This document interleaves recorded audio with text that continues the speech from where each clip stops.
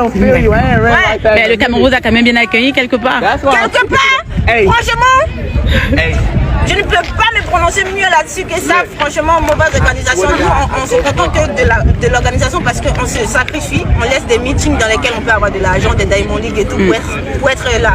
Et quand ça se passe comme ça, c'est vraiment beaucoup d'énergie gaspillée, malheureusement. Donc, dans l'ensemble, on peut que retenir qu'on n'a pas été bien accueilli. L'organisation, zéro. Donc, peut-être il faut revoir les choses. Mais après, c'est pas encore fini la compétition. Vous avez encore 3 jours, 4 jours de compétition. 100 mètres, c'est fini pour eux. Ouais. Là, on a la finale de 100 mètres depuis 1 heure. Elle passe pas. On n'a pas d'informations. On ne sait pas à quelle heure on doit courir. Et là, comme vous voyez, on est assis là sur la piste. On fait quoi?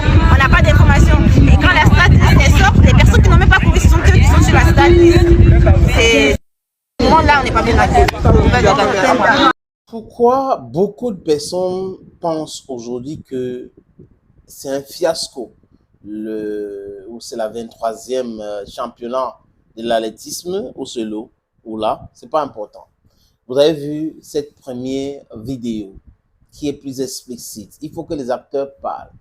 Et beaucoup de personnes peuvent aussi parler, les amis. Après les critiques de la presse, la communauté urbaine a été mise en contribution pour aider à transporter les gens gratuitement. Et beaucoup de personnes ont posé la question, l'idée d'aller organiser à Japoma et penser que les gens vont venir là-bas, c'est quoi? Alors, sur l'aspect du transport, on n'a pas bien organisé. Les athlètes se plaignent que leur délégation entre dans le taxi pour venir au stade. D'autres sont accompagnés par la police. Qu'est-ce qui explique cet état des choses? C'est toujours la Fédération camerounaise de football, c'est toujours Samuel Eto'o-Fils. La question est bien placée, il est bon de poser ce genre de questions. Bienvenue, c'est votre humble serviteur, le sénateur Cletus, Ekonaman, Giman, Bakoreman, Bamendaman, and proudly anglophone. And now on a look at now. We try to talk our own, we talk we store. Edith, il s'appelle Brou. Donc Marie-Josée Talou. Voilà, elle s'appelle Marie-Josée Talou. Elle a dit ceci, les amis. Je suis blessé et déçu. La fluidité du transport est nulle. Mon équipe et moi avons dû prendre un taxi pour aller au stade pendant que les autres équipes bénéficiaient d'une escorte policière. Donc, qu'est-ce qui explique cela, les amis? Voilà là où il y a un premier échec. Les gens viennent dans un pays pour une compétition. Ils sont attendus par les organisateurs de cette compétition. Et les organisateurs de cette compétition sont incapables, les amis, j'ai dit incapables de s'organiser, du moins du côté du transport, à ce qui concerne les équipes, les amis. Les équipes. Même le pistolet. Ça dit que c'est des trucs très compliqués à comprendre. Très compliqués à comprendre. Les mêmes dames qui ont parlé au début là, qui essaient d'expliquer pourquoi ça va très mal, selon elles, les amis, vont prendre la parole et vont encore nous dire quelque chose. Les amis, le sujet qu'on les écoute. Merci. Elle a accueilli. Mal accueilli déjà parce que pour les visas, comme je vous le disais, la demande des visas a été demandée depuis. Et c'est le jour des voyages que les visas arrivaient un par un. Moi, j'étais avec les Sénégalais en France parce qu'on est venu en France. J'ai pris mon vol de la France pour rentrer.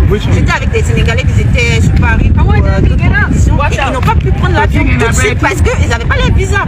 Et ça, c'est pas logique. Normalement, une grande compétition comme ça, il faut mettre une stratégie en place qui pourra nous permettre facilement d'avoir accès aux lieux de compétition. Et je pense qu'il y a d'autres athlètes qui m'ont dit que leur passeport est resté à l'aéroport. Oui, par exemple. Tout ça, c'est pas logique. Oui, mon passeport, c'est toujours à l'aéroport. Il y a d'autres choses. Malheureusement, j'ai ma finale à préparer, donc je ne peux pas mieux encore m'exprimer que ça. Mais je pense que si vous êtes là tout à l'heure après ma finale de 100 mètres, j'aurai plein de choses à dire. D'accord, il faut dire que vous êtes athlète ivoirienne. Exactement, ma boule, vous connaissez. 200 mètres qualifiés sur 200 mètres pour les jeux. Ce n'est pas toujours la FECAFOOT, donc, parce qu'on peut se dire que c'est la FECAFOOT qui organise tout cela.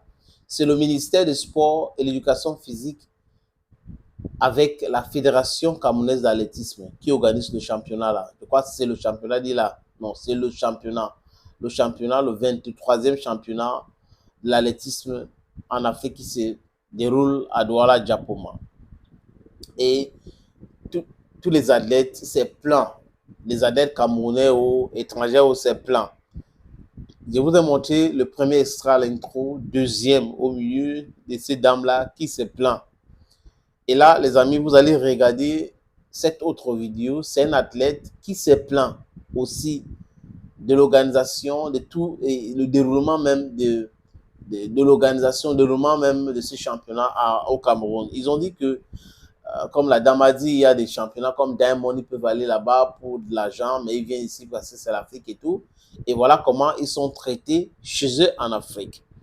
Emmanuel Essien, vous avez regardé hier sa course de 100 mètres et il est sorti, je crois, deuxième. 10 minutes 15 secondes. Le premier qui était libérien est sorti 10 minutes 13 secondes. Son genou avait déjà dépassé la ligne, mais c'est comme ça. Emmanuel explique cette contre-performance parce qu'il est le premier depuis, c'est le recordman. Il fait que gagner, gagner, gagner. Il dit ceci, Emmanuel Essien, SMN, from the Southwest. Il est aussi proudly anglophone like me. Je veux dire que c'était une journée très difficile. Parce que les filles qui ont parlé là, vous pouvez penser qu'elles ont inventé ce qu'elles ont dit. Que non, Emmanuel SMN vient réconforter les filles dans ce qu'elles ont dit. Je veux dire que c'était une journée très difficile. Parce qu'avec la programmation qui n'était pas très bien organisée, la programmation n'était pas très bien organisée. C'est un athlète camerounais qui parle. Je n'étais pas qualifié pour la finale. Écoutez très bien. Je n'étais pas qualifié pour la finale. Du coup, je suis rentré à la maison. Il est lui rentré à la maison parce qu'il n'était pas qualifié pour la finale, compte tenu de l'organisation bancale. Du coup, il est rentré à la maison et il dit quoi? Et puis, on m'a appelé qu'il faut revenir. On l'appelle, quelqu'un qui n'est pas qualifié pour la finale, qu'il faut qu'il revienne. J'ai pris un taxi très vite. Arrivé à Yassa, il y avait l'embouteillage et j'ai dû prendre la moto. Donc, dans cette précipitation, les amis, il a pris un taxi et après, à Yassa, c'est normal, il y a des embouteillages là-bas. Il a pris une moto, il vient pour courir rapidement. Vous comprenez qu'il y a un problème d'organisation. Donc, les deux filles qui ont parlé au début là ont entièrement raison. Elles ne sont pas camerounaises. On peut dire, ok, oui, c'est parce que... Mais là, c'est un Camerounais qui vous parle de la compétition et c'est un champion qui parle de l'organisation de ce 23e championnat qui se déroule au Cameroun. Le ministère avec M. Toulou sont au feu au moulin avec la Fédération camerounaise d'athlétisme. Regardez ce qui se passe vous-même. Regardez ce qui se passe. Est-ce que Eto'o-Fils était là? Il était lui à l'ouest. Est-ce que Eto'o-Fils est là? Quelqu'un a même dit que si les gens là sont sérieux, il faut qu'ils invitent Samuel Eto'o-Fils. Parce que juste l'annonce, la venue d'Eto'o-Fils va faire bouger beaucoup de personnes qui vont venir au stade pour cela. C'est un fait. On n'éteint pas la lumière du soleil. On n'éteint pas, les amis. Vous ne pouvez pas dire que vous allez éteindre la lumière du soleil. Un autre athlète qui parle de ce problème d'organisation, le pistolet qui ne fonctionne pas, tout ça, on a demandé, on a donné le coup d'envoi, lui n'a pas attendu le pistolet et autres, les amis. Apparemment, on a mis ça dans les baffles Bluetooth.